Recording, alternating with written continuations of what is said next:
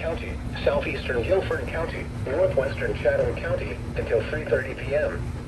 At 2:49 p.m., severe thunderstorms were located along a line extending from near Burlington to near Elon to 6 miles south of McLeansville, moving southeast at 20 miles per hour.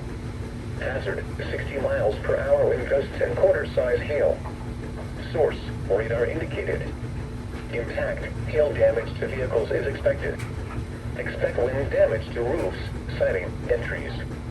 Locations impacted include Greensboro, Burlington, Graham, Siler City, Mebane, Elon, McLeansville, Gibsonville, Pleasant Garden, and Liberty. This includes the following highways: Interstate 85 between mile markers 125 and 131.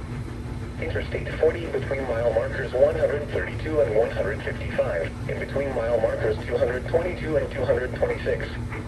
For your protection, move to an interior room on the lowest floor of a building.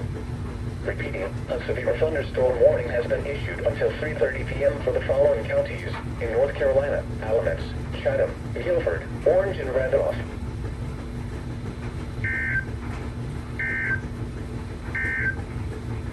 This is no